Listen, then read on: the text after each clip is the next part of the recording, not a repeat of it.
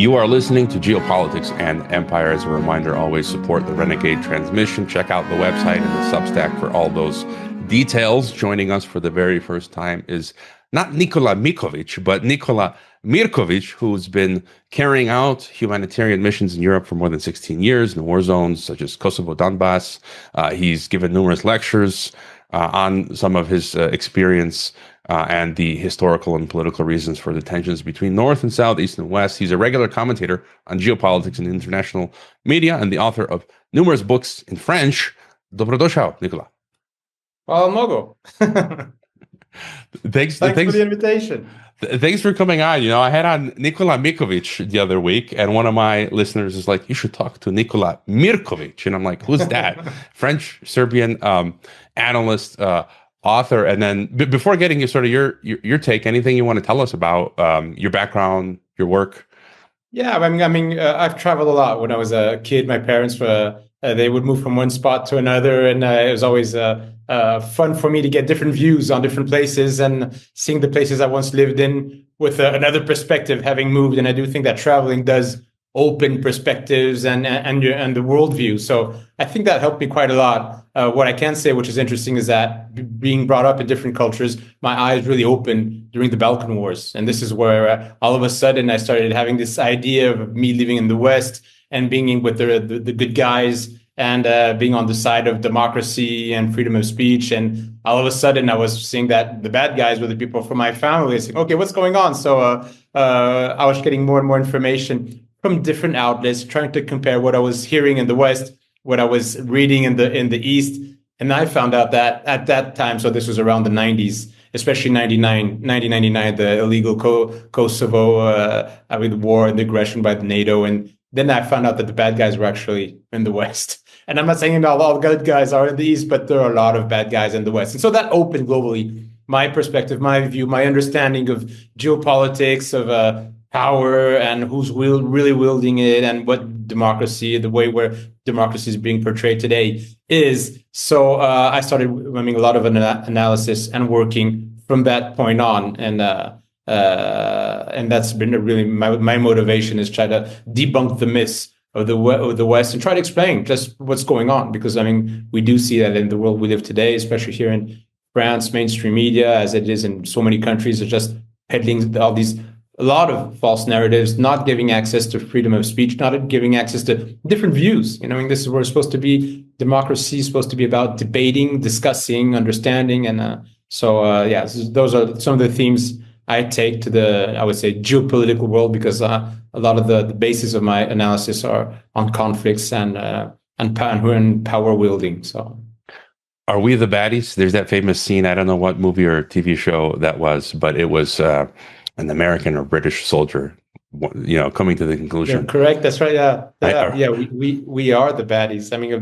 We are a lot of the wars that we've heard about, read about.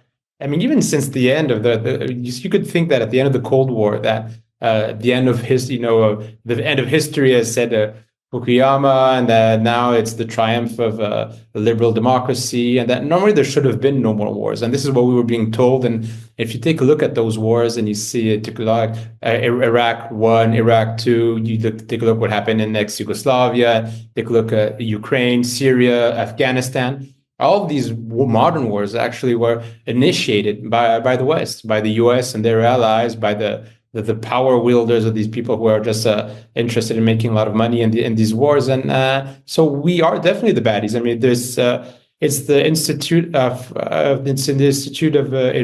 Brown University, Watson Institute, and they've calculated that the wars have cost billions of taxpayers in the US and the rest of the world money for these wars. But the macabre account of the dead, we're talking over 4.5 million people dead because of these wars for peace, for democracy, and they were supposed to bring people together. And you take it, the accountancy at the end is 4.5 million people dead, 900,000 directly, 300,000 civilians dead, and the rest dead, indirectly because of the sanctions, because people have no more access to pharmaceutical products, to food, to support, which is necessary just to survive. And the reality is that we are at the origin of these wars, and we never look for diplomacy. We never look to discuss. We're meddling, we weren't minding our own business, and so we have a responsibility in these recent wars. And if you look in the past, I mean, even if the West isn't responsible for all the wars in the world, it does have a definite responsibility in a lot of the wars which have been going on since the beginning of the 21st century. And that's something that we have to unwind. Or I don't know if we can't go back in the past, but we definitely have to stop this, because this can terminate really in Armageddon if we continue down this path. And so, the American empire, I had my sort of wake up in the 2000s, where I was born in the US, and it's kind of like, I thought I was just a citizen of a country, the US. And people have heard me say before, it's like, I came to the realization this is an empire. Like, I'm a citizen of the empire. Like Paul was the citizen of the Roman Empire, and it's the biggest empire, I think it's clear statistically, the world has ever seen. The close to 1,000 military bases strewn across the planet. Trump is now talking a $1.5 trillion Pentagon budget, and its projection in terms of not just brute military force carriers, but the financial weaponization.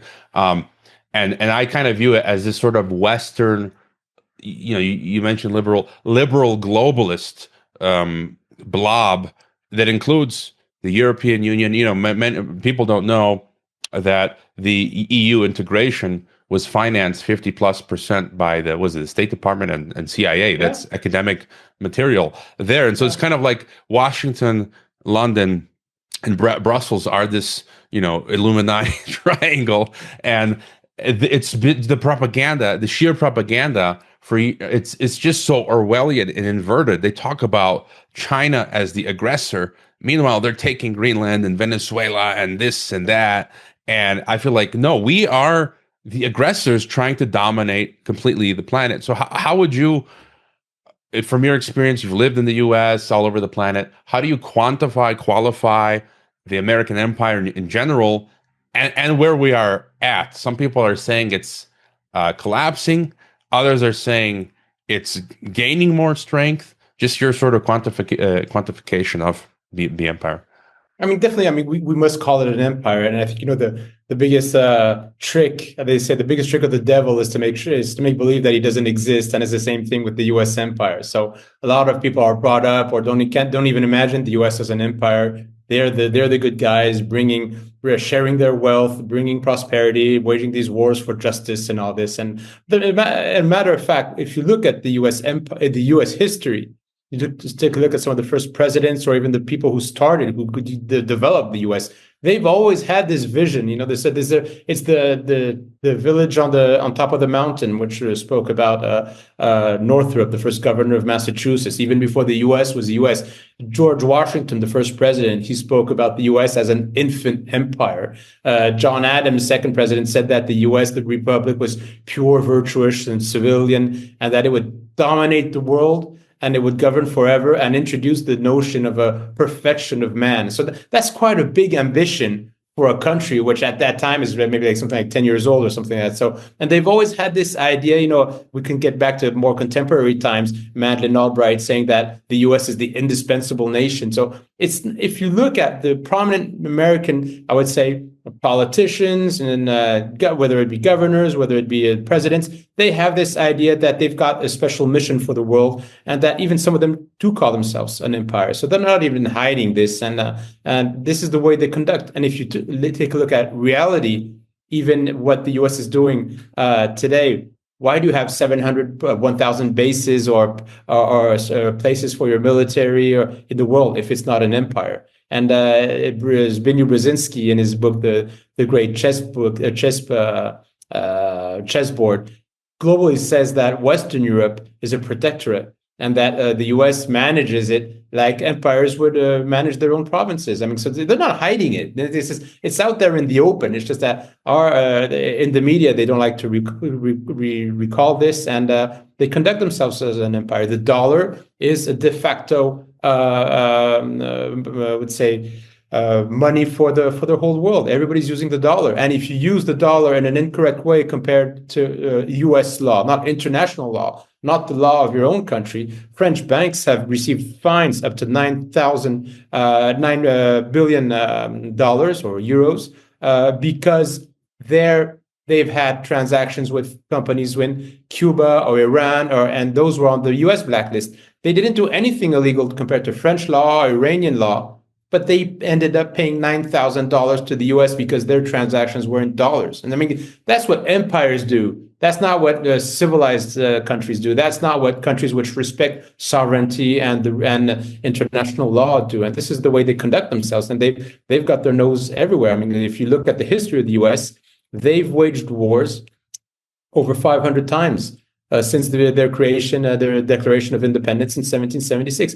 500 times. Donald Trump, in his first term, was practically the first president of the United States, one of the first to not wage a new war. So he did keep some of the ongoing wars, but he didn't wage any new ones. And that's the second mandate. Second term is is a bit more different. But this tells a lot on the way the U.S. sees the world. And why do they do this? Because when the U.S. became the most prominent economic power at the end of the 19th century, early 20th century, they had developed a formidable capacity to develop, to produce. They've invested a lot. They went from 200,000 people in the beginning of the 18th century to over 100 million people at the beginning of the 20th century. France, during that same period, went from 20 million to 40 million. The US was huge, a lot of immigration, they've attracted a lot of capital, and they knew how to produce, and they needed new markets to sell their surplus. And then they found out that they needed these new markets to import rare goods or natural resources that they didn't have. And this is the way the empire developed. They need the rest of the world to survive. That's the way the empire works. And if it's not products, it will be financial services. But they have to be at the center of global trade to survive. And if we were to cut that tomorrow, the U.S. would be in a very bad situation because the Americans are living with means that they don't have, that they have to borrow on the markets, or they are extremely dependent on the rest of the world. And this is exactly what empires are all about: these wars and the control of territories which are not theirs. I want to ask you something. I get people attack me, calling me anti-American because I have a problem with the empire. I've had on numerous times the late Johan Galtung, who passed a few years back, and he said, "I love the republic, I hate the empire." And there is this American exceptionalism where it's in the foreign policy and internal policy, in Washington, but it's also with the individual citizens. They have an ego and narcissism where they think they are the best. And I've seen this on many occasions among Americans in America, Americans abroad, where they think they think Mexico and Mexicans are dirty third world, and Africa and Middle East and Asia and anywhere outside of America just plain sucks. And the people as a human, they view them as Untermensch, basically. And I'm like, but they say America's supposed to be Christian. We're supposed to value human life equally, be peacekeepers, and it's just so inverted. And as you say, the people who throw on this hate, like you just outlined, I think Americans get a huge benefit. Well, I think that's even debatable. I think it goes to mostly the oligarchy in America. That's for sure. Yeah.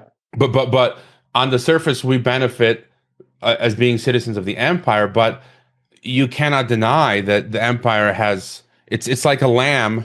It's that biblical symbolism that has two horns, where it's pretends like it's peaceful, but it's just killing so many people. And just any thought, have you dealt with that where people just say, "Oh, you're so anti-American," because you point out the ills of the empire and how exceptionalism is wrong? No? Of course. I mean, I get those accusations regularly by people who don't even read what I write. I mean, if they had read my book, I've got a lot of quotes from Americans themselves, and this can go from the left to the right. If you take a Howard Zinn and a Robert Buchanan, they're not at all on the same political and the same political ideas, but both of them do say that the U.S. is an empire. Buchanan says he wants a republic, not an empire. Zinn says that there's more or less the same thing. He describes another story of the U.S. empire. And if you look at, historians like Charles Beard, which was one of the most renowned American historians, who was an isolationist, he definitely did not want a U.S. empire sit between the Pacific and the Atlantic. We've got one of the biggest, nicest countries on earth.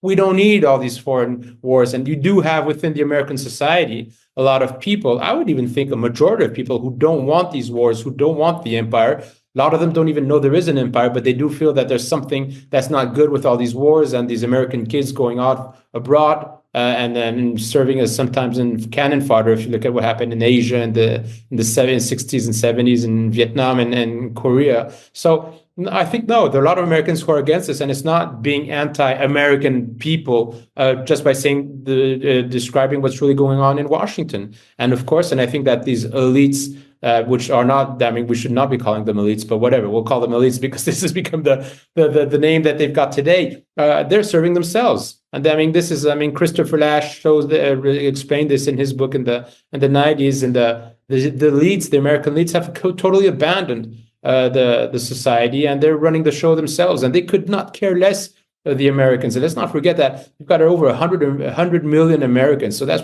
not far from 1/3 of the U.S. population, which is living not far from the poverty line. 40% of the Americans are obese. It's a society which is extremely sick. A lot more suicide rate is still quite high. Thousands of people, tens of thousands of people dying of overdoses. So the American society is not going so well, and you cannot say today that, as you just outlined, not all this wealth, not all these wars are serving the American population. They're serving a small group of oligarchs, which have understood very well how democracy is run. They understand very well how media and propaganda. If you look at Edward Bernays' book, and he was a counselor. He was a publicity mogul at the beginning of the 20th century. And this is a quite interesting story because he joined Wilson, who wanted to convince the Americans that they had to go to war. And let's not forget that Wilson, in his second term, when he's elected in 1916 and takes office in 1917, he was elected because the Americans say he kept us out of the war. So the Americans voted for Wilson, thinking that he would not go into the First World War. And Wilson, all of a sudden, the people, the oligarchs, the financiers around him said, "Hey, we got to go to war because we lent some money to different countries, and if we lose this war, we're going to lose this money. So we have to send some boots on the ground." Officially for peace, for democracy, against totalitarianism and all that. But this was actually just for getting back the money from the bankers. And he worked with a guy called Edward Bernays, who was this publicity mogul. And Bernays wrote a fantastic book that I'm sure that the people listening to this all know. But if you haven't read this book, you've got to read it. It's not very thick. And the book is called Propaganda. And in Propaganda, he explains that, like selling political ideas is like selling the ideas that Americans have to eat bacon in the morning. And he is behind that idea. He's behind the campaign saying that women should have to smoke because this is femininity, this is feminism. All that has nothing to do with feminism. It had all to do with tobacco companies which wanted to sell more cigarettes. And so he had to develop this idea. You have to sell it to women now. And so in Propaganda, he says it himself. He says manipulation is part of democracy. And that the reality is that this manipulation is within the hands of the technicians, of those who understand the economy, of those who understand policy. These are the people who have to run the country because the rest, we're too imbecile, we're too stupid, we don't understand. He doesn't say it that way, but this is what he means.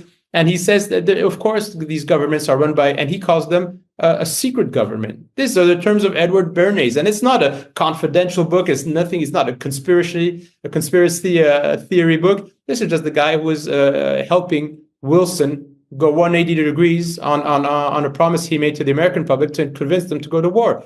And believe it or not, when he went to war, the Americans said, "Yes, this is a fantastic idea." So this is how these policies are run. This is how they manipulate us. It's nothing new. They've been doing it for a long time. What has changed today is that we've got more access to information. So we're going to be arriving at a threshold at one moment where they didn't care if we understood what was going on as long as we were a minority. and we had no power and we couldn't do anything. And they could call us all the extreme names or words that they wanted. We were like the loonies. We didn't understand anything. And now we're being more and more. So at one moment or another, I think they're going to shut the show down, because this is going to become scary for them, because more and more people understand what's going on. We're still not enough, but we are more and more, that's for sure. A thought came to me as the way you explained it. How demonic. It's demonic to simply conjure war out of nothing. It's just like you're living life in America, and like, let's just invent a reason and to kill a whole bunch of people in that other land. It's insane. And I was laughing. I mean, it's sad. I think it's the cynical Balkan thing, Serbs and Croats. Like, we just laugh in the face of death and insanity. What else can you do? I've heard it called the Black Balkan humor. But Vietnam, there was an internal memo just yesterday, the day before, where Vietnam is worrying about preparing for American war aggression against Vietnam. And it's like, are we going to do Vietnam again? Like how clown world is this? But I wanted to ask you, before just getting your thoughts on the current foreign policy, since you touched on it, internal American politics. Trump, I just see it as a uniparty. They're all corrupt, left and right. Trump and the PayPal mafia, these tech oligarchs, and then they're turning America into a police state. Many of us have been expecting this for decades. In the 2000s, I called the USA, the USSA, United Soviet States of America. And now it's like we see this police state, this technocracy, as you already mentioned, the neo-feudal economy. I mean, America still economically is better than many other countries. People still go there. I won't deny that. But there is this trend. It's becoming a police state. Any thoughts on the internal politics, the police state? Listen, I think, again, Hugo Chavez said the only thing that could save the world from the US are the Americans. And to some extent, I think that's true. The problem is that the American society today is not at peace with itself. And it's interesting that Emmanuel Todt, with his sociologue from France, made this analysis between the values and the elites. And what he says is quite interesting. He says that before the US, the American people and their elites shared the same values. They had Christian values and they were believers. And then that was before World War II. After World War II, they still had, they still had the values, but they were not believers.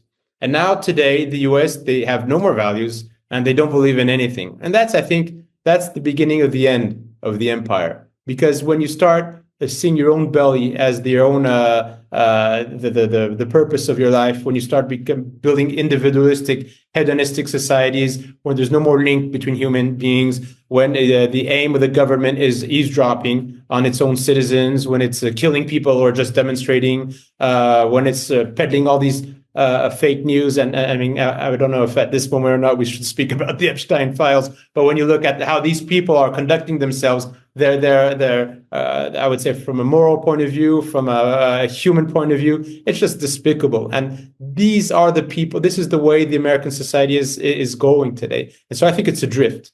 And I definitely think that it's easier to fight a population which does have values, even if it's being lied to. It will believe the lies, but it still has some values. They're probably easier to manipulate. Today, it's going to be more and more difficult to do that. I don't see the US waging a huge war, sending hundreds and thousands of people at the other end of the planet.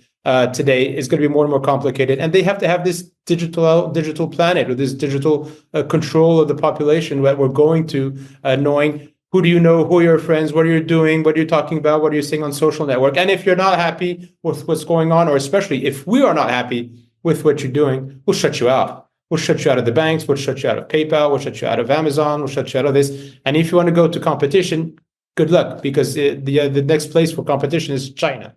And this is the way these democracies are being run. It's not only what we're seeing in the US. This is going in a lot of Western countries. And this is actually quite scary, because this elite, these people who've got the power, they're losing it. And the only way that they can keep it is either sending us to war, getting us to hate each other, or it's controlling us.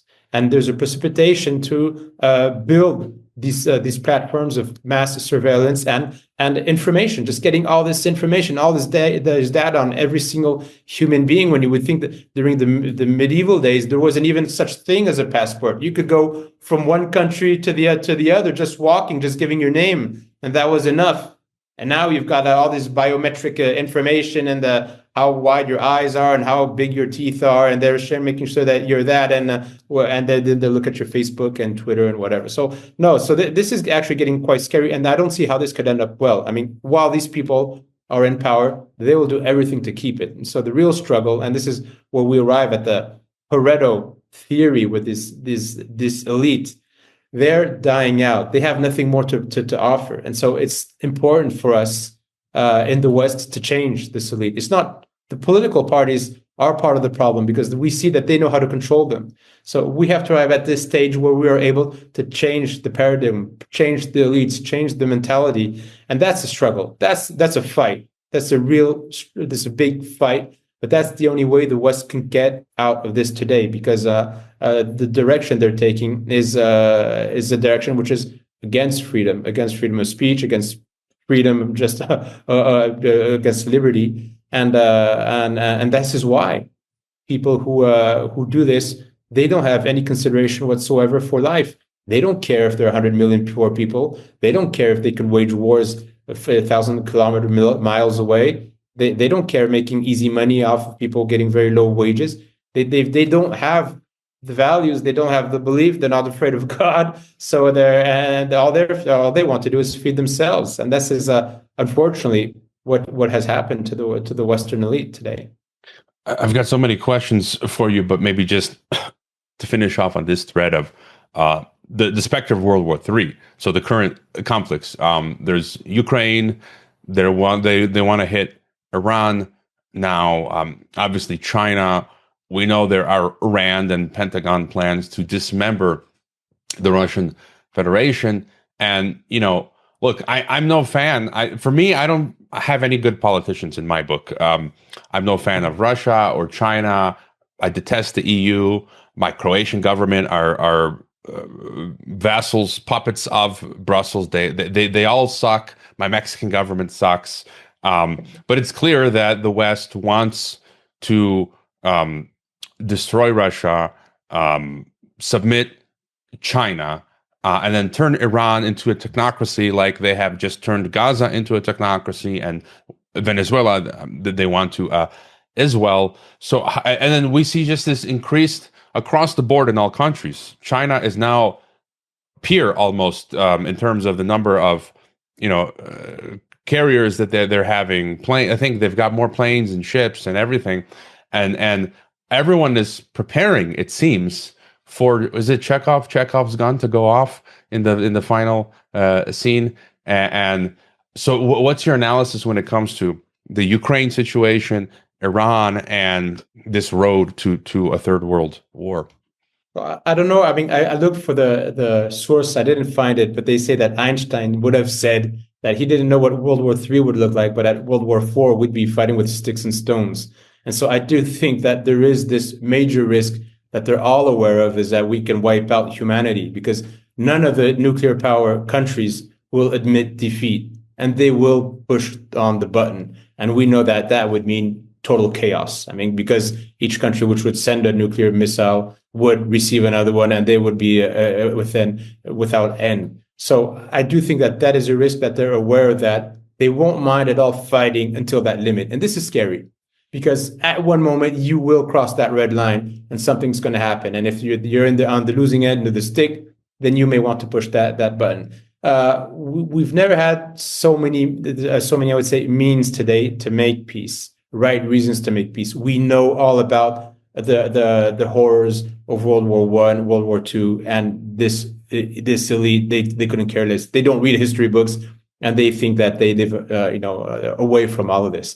It can degenerate into something which is really bad. If you look at what happened in Ukraine, we all know today. Even Trump admitted it. His Tulsi Gabbard has spent hours telling the Americans and the rest of the world about how the U.S. is involved. Robert Kennedy Jr. as well. I mean, it's a secret for nobody, maybe except for European politicians, that the U.S. was behind what happened Ukraine in 2014 and the Maidan and how they overran the country, put in a puppet regime. Even Epstein today in I'm sorry, it's the second time I'm talking about them, and I'll stop. I mean, in his emails, I mean, he said that with this, he calls it the upheaval. He's talking to a French banker or somebody from the Rothschild family, saying that this is going to be a great opportunity for investments and stuff like that. And we know how this runs.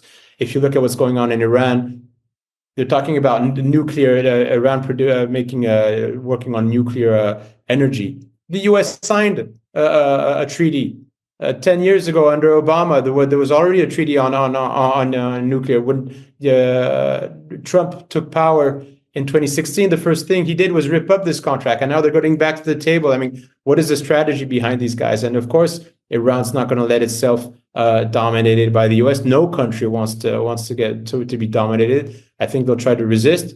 And again, it's not because I'm defending Iran that makes me a pro-Iranian. I'm just saying that if you respect international law, what I do, or at least I try to do, I think this is the best way.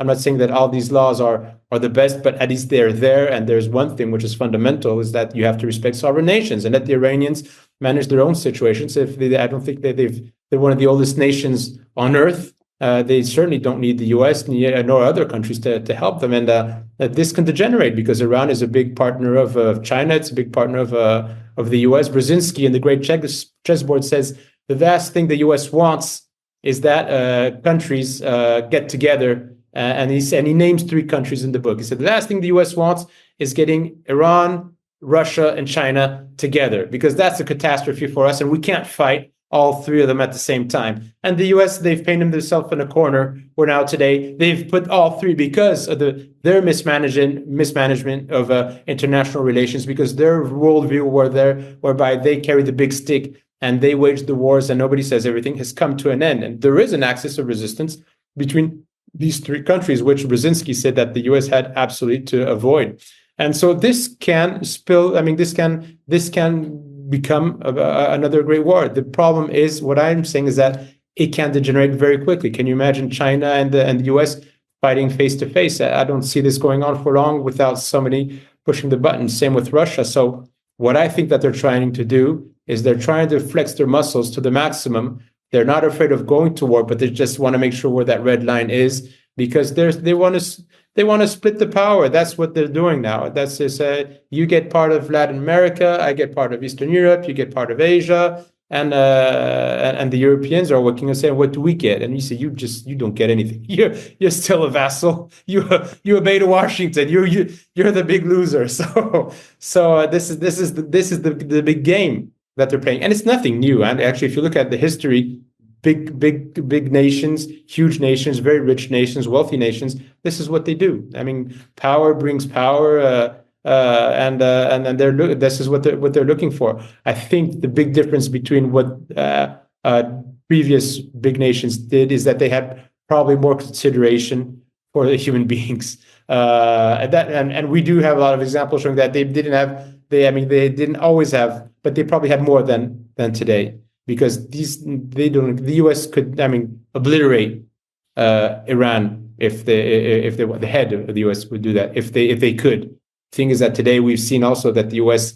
military is not as strong as a lot of people thought, and definitely the way Trump is doing these hit and run bombings, and it's part of a tactic, but it's also the truth is that the U.S. Army cannot invade Venezuela, invade Iran, and keep on helping the Ukrainian army, or they're helping the Europeans help the Ukrainian army at the same time. So that's the overstretch of the U.S. empire that the British historian Paul Kennedy spoke about in the 90s, when everybody made fun of him. Ha, ha, ha. Overstretch of the empire. We did no, and this is the reality. We've got a sick European nation, country as a nation, as a people, and also an overstretched empire, which nowadays is just opening its eyes to the fact that it cannot rule things in the world like it used to, and that countries like Russia, China, Iran, others, they want their piece of the cake as well, and they're ready to fight for this, and they have prepared this because they've been working on a long time. They've had a long view of what they had to do to bring their game up to what the U.S. was doing. I've got Paul Kennedy's book right there behind me. Fantastic. Odlično. And just to your point, yeah, I think that's a good assessment that they're being careful with the red lines because I mean, there's talk now because you have all manner of weapon, the directed energy weapons. The DoD is just now openly talking about the laser weapons from space, the hypersonics, the tactical mini nukes that all sides have, which they're trying to normalize the use of that. And again, I get like one commentator every time where they say nukes don't exist. I'm open to that theory, but I'm not at this juncture accepting it. It's easy for a lot of you conspiracy theory armchair people who never leave your home.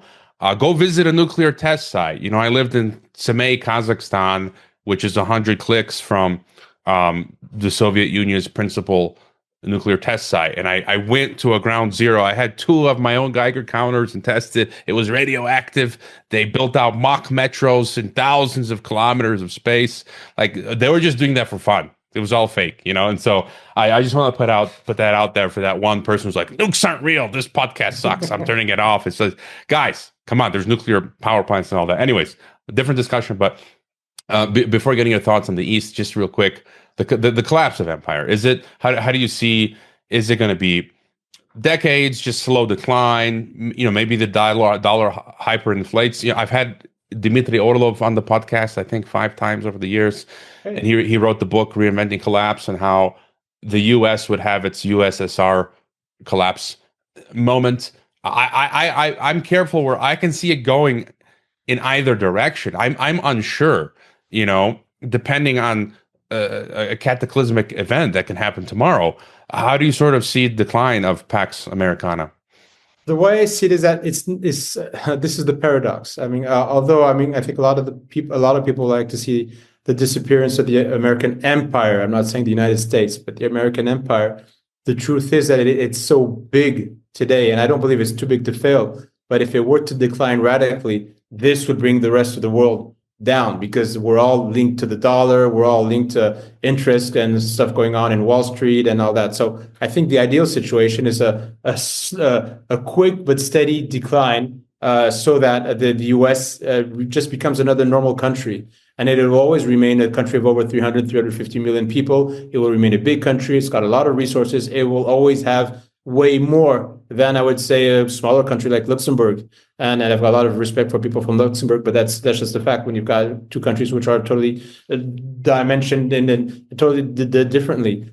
But it has to be reduced because it has too much influence in the world, negative influence. We're talking about death. We're talking about taking control of elections. We're talking about infiltration of political systems, and this is all the official part. I'm not even talking about which is unofficial. All these dirty deeds that the U.S. has been doing all across Europe, Africa, you name the continent. I mean, the U.S. has done something bad over there. So it has to decline because, or else some of these warmongers again in Washington, if they don't open their eyes or if they could continue thinking that the hubris of the world, they will continue these wars. And some of them, I think, are not afraid of pushing that famous button. So the way I see it is that because, first of all, not of economics, but because the U.S. as a nation is something which is not working correctly. I'm not even sure it ever has, but it has given the illusion that it was before, because there was a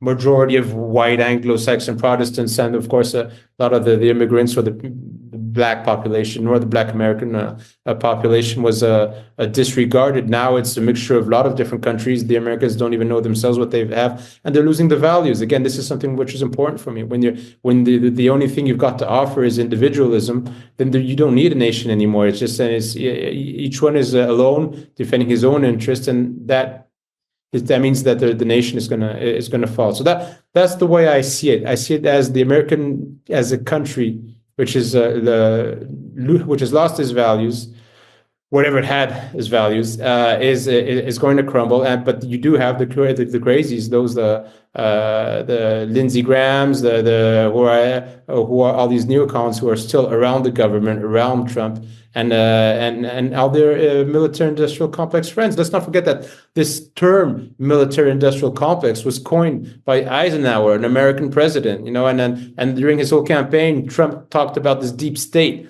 and how he was going to drain the swamp and all that. So, I mean, it's not a secret for anybody. And even him saying that he's elected for the second time, he still hasn't brought anybody to a court of justice within the U.S. I mean, he went to kidnap Maduro, which didn't do anything to the U.S., and he's put him behind bars. But what has he done with the deep state that he kept on telling us to be aware of during his campaign? Nobody. So you've got to change these people. This is the only thing that can help us from a U.S. point of view, is that you change this elite. I see the U.S. and maybe in a controlled demolition situation whereby the other countries, especially countries like China is one of the biggest U.S. partners, and also it's one of the biggest the USA is one of their biggest threats. But there are so many billions of dollars in Chinese banks and interest and bonds that it's not in the interest of China for the U.S. to disappear from one day to the other.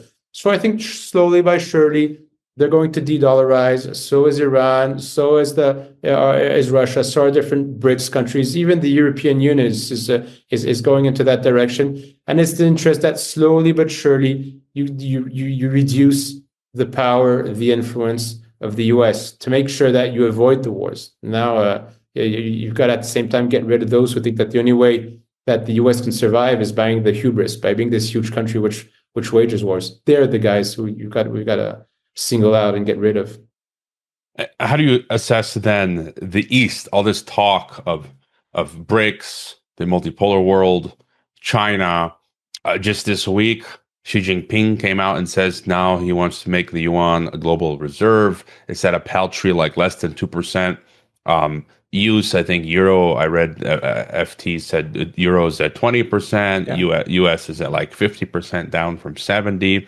But again, things can happen quickly, and then the military buildup is there for China. The economic, as you mentioned, the technological. There's Russia and others. I think we did read this week that Trump pulled Modi away a bit from Russia because Modi agreed not to stop buying Russian oil because of tariffs or trade deals. How do you see as a whole what's happening in the East, in BRICS world? Well, globally, I think it's interesting because these countries say that they don't want to be vassals of the empire. And I think this is fundamental because the point of the US after the crumbling of the USSR was to make sure that there would never be a rival in what they'd call Eurasia. And this is what the Wolfowitz doctrine said at the beginning of the 90s, make sure there's not a rival anymore. And then again, the US just said it again recently in their national security papers. So China, Russia, they're saying we don't want to be a rival. That's why Russia's at war in Ukraine today against a NATO-backed army. And this is what China, I think, which is, again, also like Iran, an old nation, which 200 years ago was one of the most powerful nations on the planet. A lot of people forget this, which has been damaged by Western colonialism, European colonialism. They still have a memory of the past, and I don't think they want to live that again, and they don't want to be dominated. So I think it's interesting what's going on because they're stopping the U.S. hegemony from extending to the rest of the world, and they're defending their interest. And I think that each sovereign nation should defend its interest. And if you do have an international law which people subscribe to, then that should mitigate the desire to go to war, to fight while defending your sovereign interest. So it is good that they do this because we're getting rid of, or let's say, weakening one hegemon. We've got to make sure, of course, that we don't create alter hegemons who take their position, because this is the problem of the middle-sized countries, is that after a moment they're always under somebody's boot, and this is not what we want. So I think we've got to keep that under control. But the fact that I think we can all say that the world order, which emerged after World War II, which served the American interests, whether it's the dollar, whether it's NATO, whether it's the IMF, GATT, whatever, all these institutions, they're not working. and they've been. We've seen what the OMS did during the WHO, World Health Order, during COVID. It's a catastrophe. They're in bed with pharmaceutical labs. They have nothing to do with health. So I think we have to turn that page. We've arrived at this period whereby the tectonical plates are moving, they're shifting. There will be winners, there will be losers, and I think each nation should be looking for its own interest to make sure that they're on the better side of whatever is going on now. And what the BRICS are doing is something which is positive. They want to compete against the dollar. They want to compete against hegemony. And also, what I like behind the BRICS, even if I'm not saying this is the best situation, is that they're not imposing some woke, ideology. They're not telling their companies are not telling the countries where they are, this is the way you have to live, this is what you have to think, this is right, this is wrong. They don't have this moral view. They said, okay, listen, we're working with the Iranians, they're Muslim Shiites, working with the Russians, majority Orthodox, Chinese. Each country, they respect that, they respect the sovereignty. In what they're doing so far, I think the world would be safer if the bigger countries were BRICS countries today, with what we're seeing from them, compared to a world where we've got the US, which wants to control everything and which wants to impose its beliefs and its way of working and its management tools and its companies and dollars and all of that. So we should take advantage of that and promote it, I think. I want to ask you about the Fourth Reich, the new European Soviet, the European Union. Some people say it's going to collapse. Again, I can see it going either way. I can see it shoring up its power. I can see it collapsing. In the 2030s, there have been white papers on that. It's becoming, well, on one hand, it's being deindustrialized, so economically eviscerated. There's some strange agenda there that many EU apparatchiks themselves are in a suicidal fashion playing along with. On the other, they're using the boogeyman of Russia to create a police state. Mario Draghi yesterday said, we're becoming deindustrialized, and so we need to become a true federation.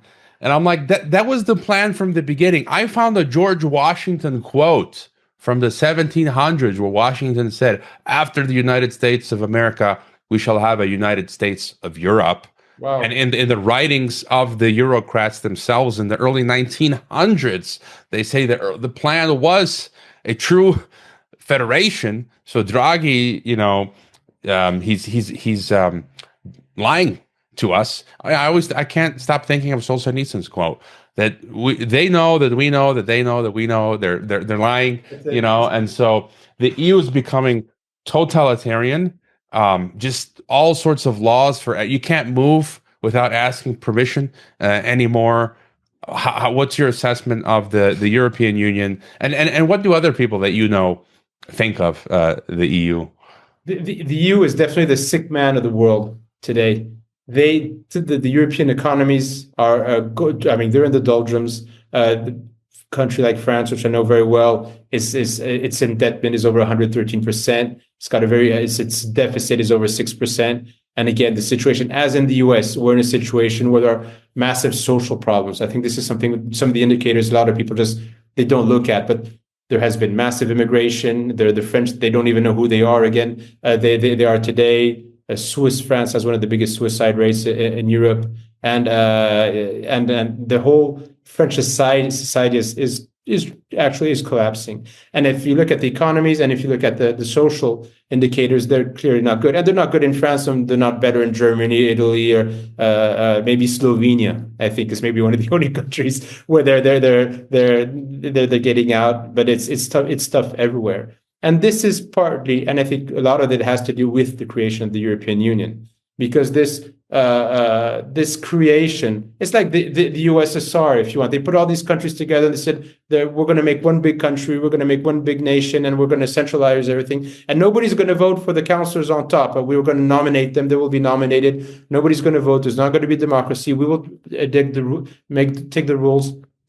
All this, we know that it's ideology. They are too far. They don't even know what a peasant looks like today, and they're the ones deciding, or farmers. What they don't know, they're the ones deciding the rules for farming. And so, if you don't farm on this land and it stays dry for 2 years, we'll give you money. And then so they hang practically. They make a noose for the farmers, and then they sign a contract with the Mercosur saying, okay, and now all the farming products from South America can come over here, and you have all these farmers in Western Europe said, but we did everything you asked, and you said you'd protect our jobs, and now you're opening the markets. So this, again, this is serving only a small oligarchy of people who've got the wealth, who've got the relationships. They're taking advantage of this. There's nothing democratic. There's nothing about peace. There's nothing about debate. Having a debate on mainstream media today in Western Europe on any topic that you want, whether it's war, whether it's poverty, whether it's the investments that we have to make in education, whether it's the birth rates. The birth rates, I haven't spoken about that in the US as in Europe, but they're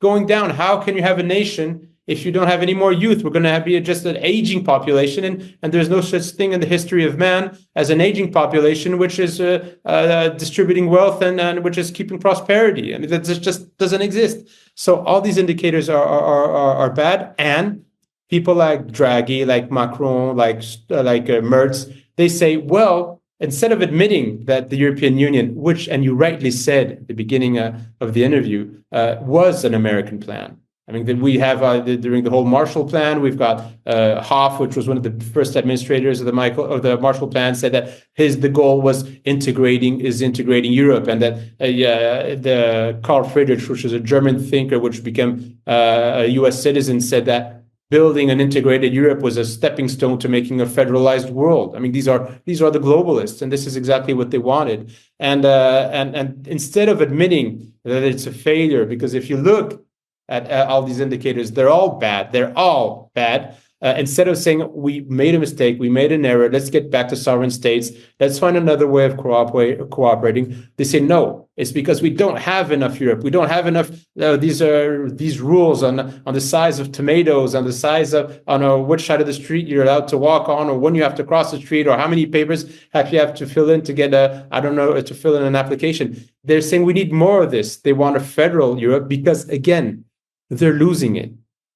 For years, this generation of elites, they have been doing whatever they wanted, and they did it all slowly, bit by bit, without making too much noise. They would change things, and we wouldn't pay attention because we were in the society of having fun and watching TV. And then all of a sudden, we had one TV set, two TV sets, one car, two car. We would be able to go on vacation, and we thought this was prosperity. We didn't see that this was costing a lot of money in debt, that this was costing in exploiting third world countries. We're taking a look at that, and we thought we could get away with it. And now we're opening up our eyes, and it's not working anymore. People are getting more and more poor, but those who are in power, they don't want to share it.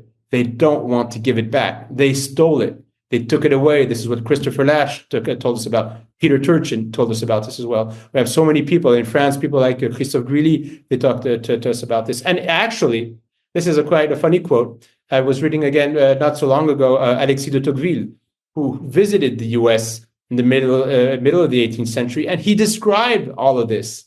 He said that the problem of democracy, there could be a new type of tyranny, but it wouldn't be a tyranny that we knew before. This would be something lighter. This would be something where people would have no more links with the rest of the population. They'd have a couple of family members. They'd be turning around themselves, looking for greedy pleasure. That's the way he coins it. And you would have a very big power above everybody, trying to arrange the way people would live, from entertainment to their life, trying to make sure that they were joyful. So he was seeing this evolution of the American, I would say, the Western democracy towards this despotic system. He told us about this over 200 years ago, and we're smack in the middle of that today. And these people who don't want to share their power, who don't want to say, okay, your turn now, they're saying we need more reglementation, we need more censorship, we need more control of the people. And this, of course, is what we're going to see. Either these people get away with it, and we will head towards an even more totalitarian regime. And I think totalitarian regimes, at one day or another, they collapse. But we may be going over for one or two more generations of this.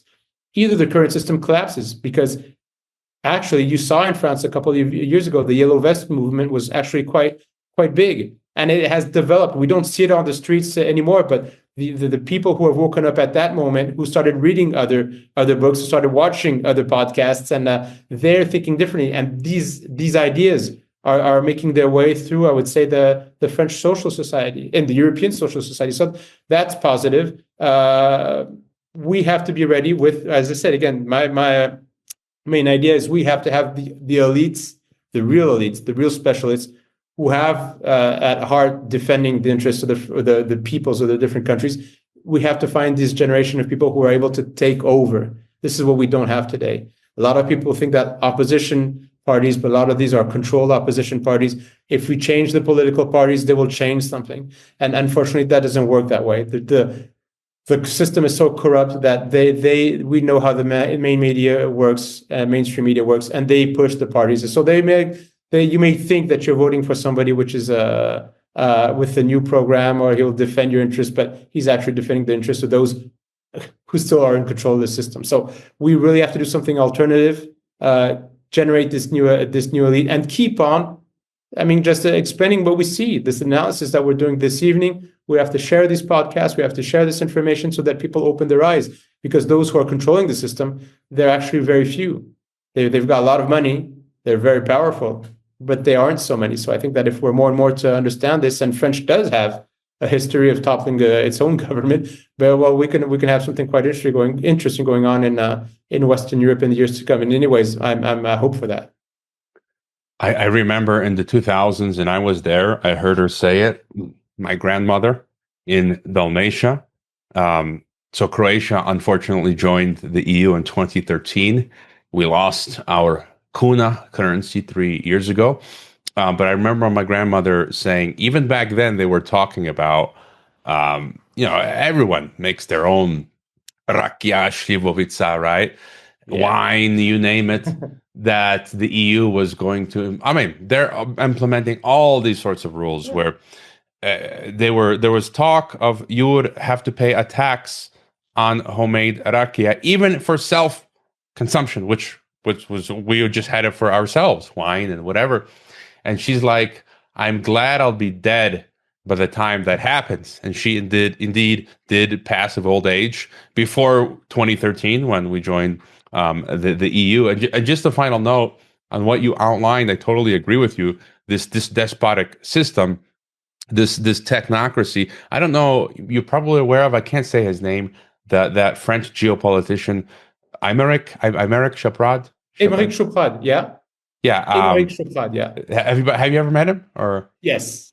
So I was 17 years ago, something like that, at my Geneva School of Diplomacy. We had coffee with him. He came for a class. I had coffee with him and my professor, who's friendly with him. And way back when, he had suffered this social civil death, right? He wrote a book with facts. You can interpret it which way you like, and then completely banned from teaching in France, in Switzerland. And then now we have Jacques Ba, this Cameroonian African lady, Natalie Yam, I think. Yeah. All accounts frozen. You can't fly on planes. You can't do nothing. And I feel like this is the shape of things to come. It's in Europe now. It's in UK, Airstrip 1. It's in United States. It's coming to Mexico. It is happening in BRICS nations as well. But it's, if you commit a thought crime, they just unperson you. And so just any final thought on that? I think your assessment is correct. All of these regimes fail. But my fear is that we may live in the rest of my life, maybe even my children's life, will be living under this system. And in fact, how do you survive in such a system? I guess you got to go live like on the celo, like in the village. Yeah, in the village. Yeah. Listen, you're right, and we may be going through hard times, and even harder times that we're going through today. History will remember those who were courageous. And it's not always easy to say this, but if I look at the history books and I read about this, even the Second World War and the resistance and all that they've done, I mean, this is just closer generations. But if you go back, way back in our history books, our forefathers were, I mean, incredibly more courageous than we are today from a generation point of view. And we've got to find that sense of courage. I think it's Thucydides who said that courage was tantamount to happiness, and liberty was tantamount to courage. So, I mean, we have to combine, if we want liberty and we want happiness, so it goes with courage, and we have to find this courage. We have to fight with the means that we've got. We have to be smart. But if we're not courageous, and if we don't do more than the ordinary person to defend when what we believe in liberty, and what are we asking for? We're just asking for the freedom to debate, to discuss, to not be told that you're not allowed to do your rakia in your own garden because you want to take your peaches and transform them into liquor and drink them in your own home. I mean, what's wrong with that? Well, why should we have some sort of institution or organization telling us what we're doing in our own homes, telling us what we're thinking about? And we all know this doesn't end well. We've got enough examples in the history of mankind showing that these regimes always finish in tyranny, in violence, in torture, and so we want to avoid that. So we have to be the courageous ones. We have to be those who read, and we have to assume that, okay, and it is we do say, I know people that you just mentioned, which have been socially banned. They can't travel where they want to. They have got to be careful. They can't have open accounts in like ordinary citizens. But if we don't do this, the situation is going to be worse for us. It's going to be worse for our children. It's going to be worse for their children. So in their names, I mean, we have to fight. And this is a call to fight. We can't just let them do it and get away with it. You're inspiring me here. What just came to mind, because my context, I'm in Mexico now.